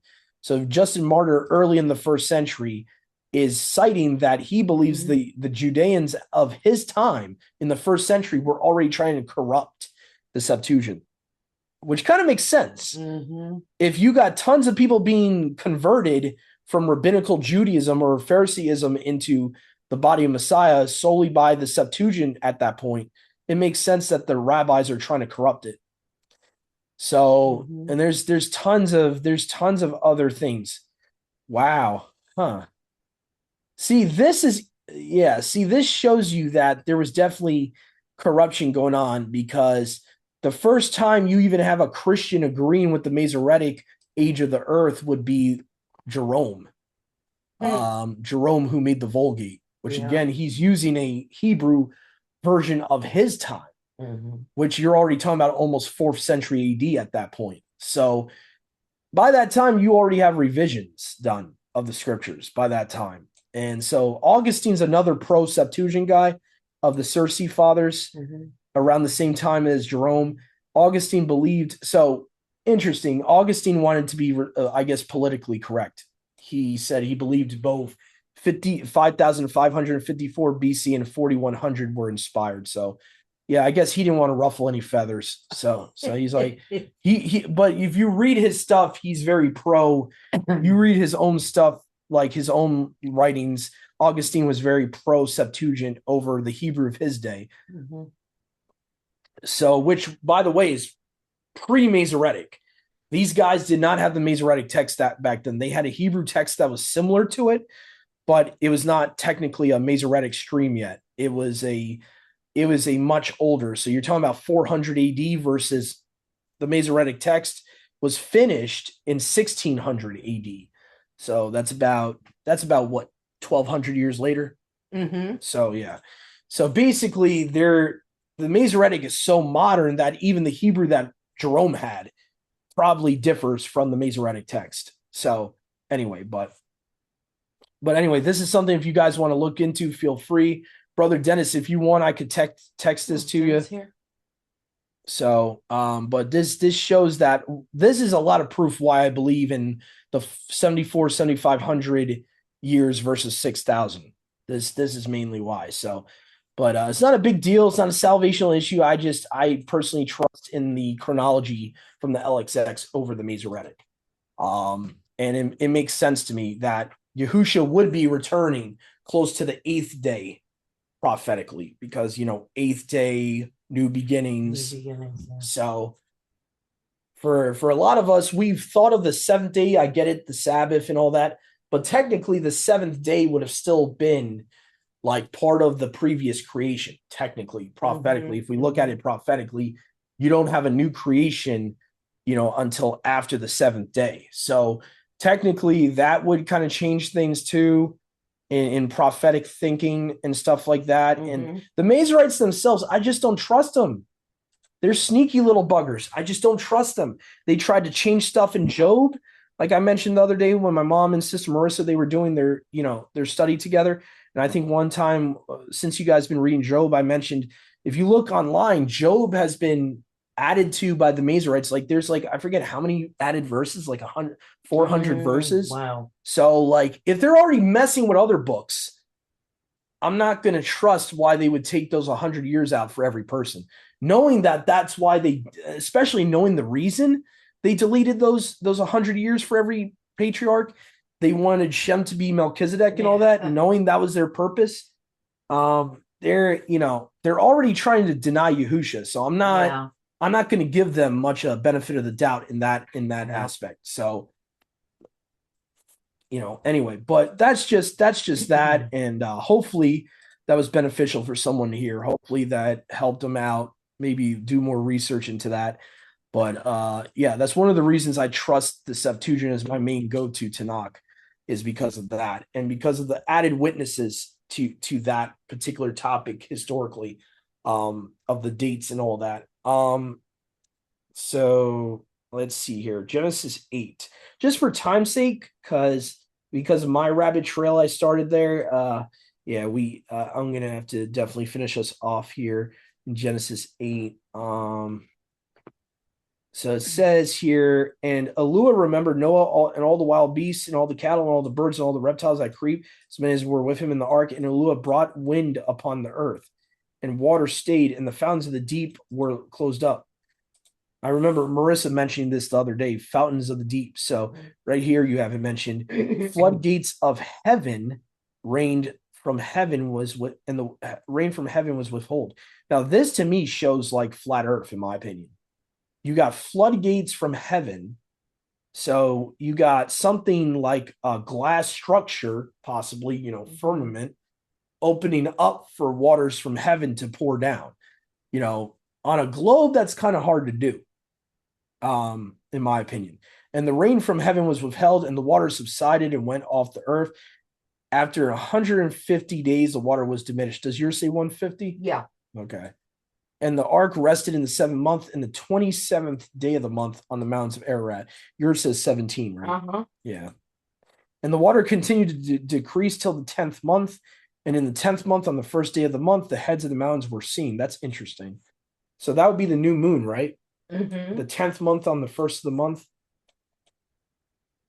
Mhm. And after 40 days, Noah opened the window of the ark and he had made, and he sent forth a raven and went forth and returned not until the water was dried off the earth. I wonder if there's some spiritual concept of raven versus the dove. Yeah. Because what a raven, like, right, a unclean bird, Yeah. spiritually, wouldn't that represent like unclean spirits sometimes? It's a little dark, I think, as far Because I think in Revelations, maybe Brother Dennis knows. You know, Brother Dennis, what I'm referring to? The I don't think I have had you muted at all, brother, by the way. So okay. yeah, was it Revelations 18 that it taught it kind of paraphrases unclean spirits as unclean birds? Yeah, I think it is. Yeah, foul birds. Yeah, so I wonder if there's like a spiritual connection here because you have the raven sent out first, and then Yahusha, who's the dove, Mhm. the Ruach Hakodesh, Mhm. who's the dove, is sent out secondly. So I find it interesting. The raven never comes back, That's right? interesting. Uncleanness, judgment, and scavenging. Yeah. And in Revelations, it actually paraphrases like demons as unclean birds. Mhm. So there's something about Mhm. like a scavenger that Yahuwah spiritually points to as, well, if you think about it, the devil was cursed what? To consume dirt. The devil, even though the Yeah. devil's not like an unclean spirit, he's a fallen angel. It's kind of the same concept. He was spiritually cursed to devour dust of the earth. We come from the dust of the earth and all that. So it's kind of like there's some type of spiritual connection between the Satan and the kingdom of darkness and unclean birds. There's got to be some type of spiritual connection that we just don't understand. Because I've seen an apocryphal text like I think the Apocalypse of Abraham, probably borrowing from Revelations. It talks about how Satan supposedly descended on Abraham when he was doing his sacrifice to Yahuwah, and he descended in the form of an unclean bird. So there's got to be some in their Hebrew culture. And again, I'm not saying the Apocalypse of Abraham is scripture. I'm just saying that I just noticed something similar in that it was probably borrowed from Revelations. There's some type of concept there. There's some type of concept of uncleanness, unclean birds. There's a metaphorical maybe connection. I don't know. So then it says the dove have not found rest. Now, I mean, come on. This is obviously pointing to Yahushua here. So he says here, he sent a dove after sea to see if the water had ceased from the earth, and the dove, not having found rest for her feet, returned to him into the ark, because water was on all the face of the earth. And he stretched out his hand and took her and brought her into himself into the ark. Now, this honestly definitely is paralleling Yahusha metaphorically. You have Yahusha, what does it say? The Son of Man has nowhere to rest his head and all that. Yeah. Having waited yet 7 other days, he had again sent forth. No.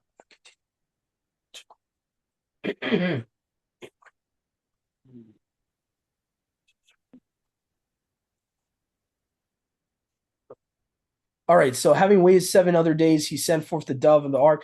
The dove returned to him in the evening and had a leaf of olive and springed in her mouth. And Noah knew that the water had ceased from the earth. And having waited yet 7 other days, he again sent forth the dove, and she did not return him anymore again. So that's interesting. And it came to pass in the 600th in the first year of the life of Noah, in the first month, on the first day of the month, the water subsided from the earth, and Noah opened the covering of the ark which he had made. He saw that the water subsided from the face of the earth, and in the second month, the earth was dried on the 27th day of the month. Now, I don't know what the significance is, why they would want to change it from 27 to 17. I don't get it. I don't know. But that's at least like I think 3 different times in the past couple chapters that they put 17th day of the month instead of 27th. So it's very weird. And Yahuwah Elohim spoke to Noah, saying, "Come out of the ark, you and your wife and your sons, and your sons' wives with you, and all the wild beasts, as many as are with you, and all flesh, both of the birds of the beasts, every reptile moving upon the earth. Bring forth with you, increase you, and multiply upon the earth." And Noah came forth, and his wife and his sons' wives with him, and all the wild beasts, and all the cattle, and every bird, and every reptile creeping upon the earth after their kind came forth out of the ark. And Noah built an altar to Yahuwah and took of all the clean beasts and of all the clean birds and offered a whole burnt offering upon the altar. And Yahuwah Elohim smelled a smell of sweetness. And Yahuwah Elohim, having considered, said, "I will not anymore curse the earth because the works of mankind, because the imagination of man is intently bent upon evil things from his youth." This completely debunks the idea of some people believe that you're not born into a sinful nature. This shows you right here that your sinful nature is from the time you're born. So you already have a as far as you know, people will say you need to be more human. Scripture would say differently. You don't want to be human. You don't want to be yourself. Because it says it right here, the imagination of man is intently bent upon evil things from his youth, meaning your age of accountability would be as young as like 4 or 5 years old. And you're practically already have a sinful nature in you. Okay, that you're born with the defect of Adam. All of us are born into sin as far as the flesh is concerned. Okay, so I will not therefore anymore smite all living flesh as I've done. All the days of the earth, seed and harvest, cold and heat, summer and spring shall not cease by day or night. And I've seen someone try to bring this to my attention about Enoch, that are against Enoch. This is not saying that they won't be altered. I want to make that clear. The text of itself here is not saying that, it's not promising that the seasons are not going to become off in the end times. What it's saying is that they won't stop. The seasons will continue. They won't stop. Not that they won't become altered. Not that the moon won't start, not showing at her proper time, which Enoch talks about. So Enoch's not contradicting the text here. The book of Enoch is not contradicting. You're talking about two completely different concepts about the seasons. This is talking about that it will never cease. There will always be the Moedim. They'll never cease. The book of Enoch's talking about they're coming, but they're not coming at their appointed time, that the seasons will be off. So two completely different concepts. So I don't want people getting confused here and getting tripped up by people. A lot of the anti-Enoch people out there use like straw man arguments like that. It's talking about two completely different concepts. Okay, so anyway, so I think that's going to be the end for today, only because we're getting kind of late here. And I don't know how long the next chapter is going to be. Also, I know you guys tend to not like it when our studies get a little too long. So I think we'll call it a day for today, and we'll probably just, chit chat for the rest of the time here. So I just want to thank everyone for joining and listening in. For those that will see it on YouTube later, hopefully you guys enjoy this study. Yahuwah willing, Yahusha willing. See you guys next time. Shabbat Shalom. Shabbat Shalom.